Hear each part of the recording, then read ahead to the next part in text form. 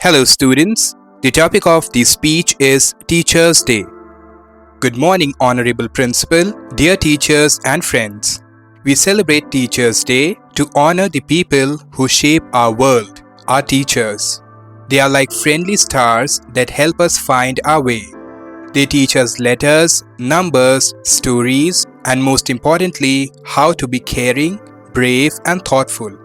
Teachers are the building blocks of our lives. They help us grow into smart and good human beings.